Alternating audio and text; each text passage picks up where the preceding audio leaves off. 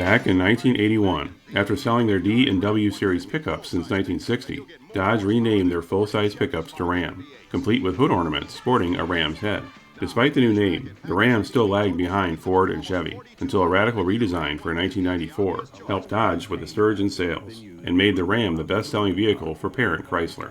More redesigns and car-like features kept the Ram competitive, but it struggled to convert buyers loyal to Ford and Chevy, leading Chrysler to split the Ram pickups from Dodge and make Ram its own brand in 2011. This is the story of the Dodge Ram and other trucks that shared the Ram name. This is my old car. New Dodge Ram, Motor Trend's truck of the year. Those of you who watch my channel regularly may say that the Ram pickup shouldn't be featured, since it is still in production. Well, yes, the Ram is still in production, but not the Dodge Ram. Now, are y'all gay looking to see how long it takes to get beat up in a hick town? Although the pickups were split from other Dodge models into a separate Ram brand in 2011, even today, many will still call the Ram pickup a Dodge, no matter its age. Some of this mistaken identity may be due to the decision of Chrysler execs that changed the Dodge logo to a ram's head starting in 1993, and they kept the same Ram logo on the trucks. Not to mention that both the Dodge and Ram models are typically alongside one another in the same dealership. I've just remembered, I've actually got loads of petrol.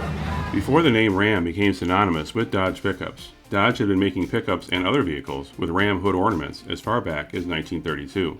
However, their D and W series pickups, with D being rear drive and W being four-wheel drive, didn't have the Ram emblems when they began the first of three generations in 1960.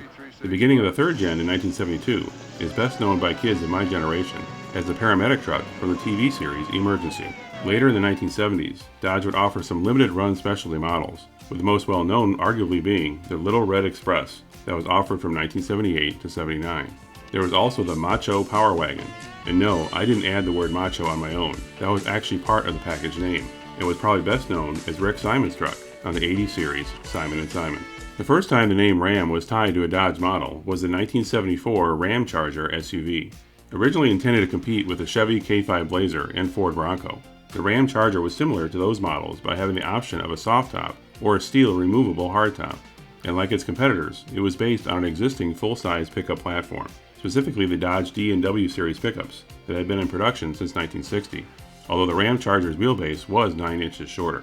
Initially using the W series four-wheel drive platform exclusively in 1974, the Ramcharger would expand to also offer the rear drive D series platform in 1975. Chrysler also offered a Plymouth version of the same truck, called the Trail Duster, which would be Plymouth's first and ultimately only SUV.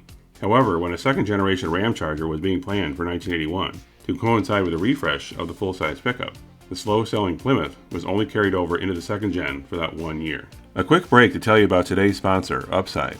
With the Upside app, you can get cash back on everyday purchases at participating restaurants and gas stations.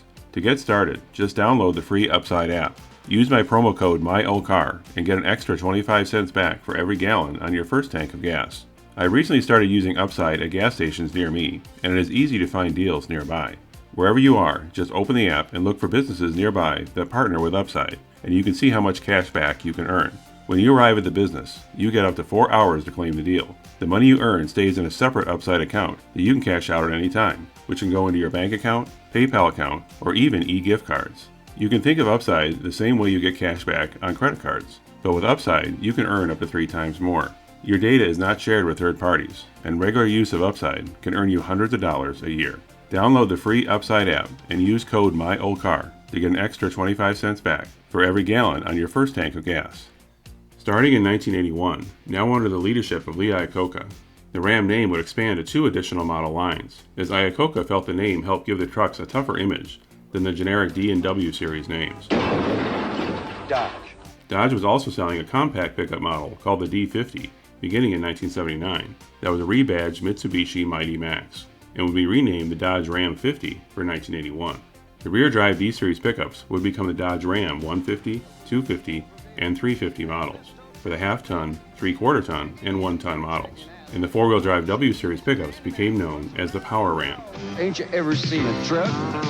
Beverly Hills truck, the hero has arrived. But despite the new name, the Ram pickups didn't look all that different from the old D and W Series pickups that had themselves changed little since 1972. With so many other model changes among Chrysler during the 1980s, The Dodge Ram pickups and the Ramcharger SUVs changed relatively little up through 1993, looking especially dated compared to the rest of Chrysler's lineup, but even more so compared to Chevrolet and Ford. Dodge Rams go beyond what the others call tough. Behind the scenes, Dodge was working on a second-generation Dodge Ram pickup as far back as 1986, which would have been a modular design to accommodate future pickups and full-size vans, which itself was doomed thanks to its all-too-familiar square shape that didn't look much different than the competition. Under the direction of Bob Lutz and his chief designer, Philip Payne, a more radical design took shape, which took as inspiration the design of pickups from the 1940s by emphasizing a tall grille and more prominent front fenders. The new look was a risky plan, but this was also the era of Chrysler starting to take more risks with their designs, and the risk paid off. Upon its release in mid-1993 for the 1994 model year, the new Dodge Ram quickly won Motor Trend's Truck of the Year and would be one of the stars of the disaster movie Twister in 1996. Another cow. Actually, I think that was the same one. The front-end style of the Ram proved to be so popular that Dodge decided to continue the same look for two new models, the second-gen Dakota midsize pickup and the new Dodge Durango SUV, both of which share the same body from the windshield forward. The Ram was also the basis of the return of the two-door Ramcharger that was sold only in Mexico from 1999 to 2001. To help offset the investment in the all-new body style, the new Ram carried over the same engine options from the previous generation, a V6 and two V8s, as well as an inline 6 turbo diesel. But they also offered a 300 horsepower 8-liter V10, which offered a high torque alternative to the turbo diesel. Only a two-door single cab model was available for 1994. However, a club cab model with a back seat arrived in 1995, and a four-door quad cab in 1998. These additional body styles helped keep the sales of the Ram over 400,000 each year between 1996 and 1999. But sales would drop below 400,000 the next couple years as the competition offered newer options until Dodge could release a third-gen Ram. The introduction of the third-gen Ram in 2002, which had been in development since 1996, now offered an all-new frame, suspension, interior, and sheet metal. But from the outside, the basic look of the second-gen was still there, although now with a taller and more prominent grille than before. It was longer too, with the quad cab now with conventional rear doors, I've been hit harder. Me too. as opposed to the clamshell style they once had. But the most anticipated option came in 2004, with the introduction of the SRT-10, complete with the 510 horsepower 8.3-liter V10 from the Dodge Viper, and a manual transmission. The SRT-10 was initially only available as a two-door single cab, but in 2005, the SRT-10 expanded to the quad cab as well, and offering an automatic transmission. Sales of this one-of-a-kind racing pickup only lasted through 2006, and not unexpectedly, made it on my top 10 weird Chrysler list. You want to load a TV or a couch into your pickup truck? Well, too bad. For 2005, Dodge brought back the Power Wagon name, this time in a more off-road focused version of the Ram.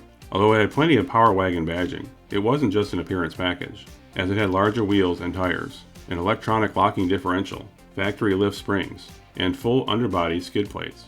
Also that year was a new Daytona edition, which had a Borla exhaust, a large spoiler that mimicked the old Charger Daytona, and the SRT-10's hood, but not its V10, instead with a standard 5.7-liter V8. 2006 introduced a new facelift, but the most notable option was what Dodge called the Mega Cab, which added 22 inches to the interior, including seat recliners in the rear. Rear passengers could also get a DVD rear entertainment system, making the Ram no longer just for work, as Dodge tried to push the Ram as being a family vehicle as well.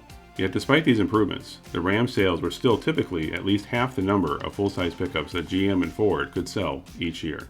Meanwhile, the 4th-gen model was in development, slated for release in 2008 as a 2009 model. The new 2009 Dodge Ram. Again, the same basic look remained with a tall grille, although it was now slanted slightly forward, and offered the new Ram box, providing additional lockable storage inside the truck bed walls. This generation didn't have any Dodge branding other than the Ram's head on the grille and tailgate, in preparation for this being the last Ram generation that would be sold as a Dodge. Chrysler took an unprecedented move to separate its truck line to become its own brand. This was far different than Chevrolet or Ford, which sold a wide variety of vehicles under the same brand as their pickups. This move of the Ram pickup from a model to a standalone brand was initially confusing for the buying public, especially since the look of the truck for 2011, the first official model year for the Ram brand, was the same as the Dodge Ram from the previous year. And of course, the Ram pickups were still sold at Dodge dealerships, so most buyers didn't realize their truck technically wasn't a Dodge anymore. The separation of the Ram trucks from the Dodge brand was Chrysler's attempt to realign Dodge as their passenger car brand, Over time, Dodge would shift more focus to its performance cars, and the Charger and Challenger would get a larger share of advertising. Their non-performance focused vehicles, the Caravan and Journey, would linger on unchanged for several years until their end in 2020.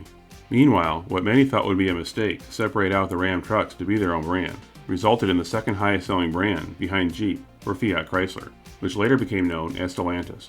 The Ram brand would expand to include full-size vans and even a version of the Caravan reconfigured for work duty. The Ram brand would also include other smaller vans that were based on Fiat designs. And when you look at the current Ram pickup, as of this episode at the end of 2023, you can still see some of the basic lines from the then radical second-gen Dodge Ram, which doesn't look so radical anymore. Thanks for watching. Hey, that thing got a Hemi? You're about to find out. If you like this video, click the like button and subscribe to my channel.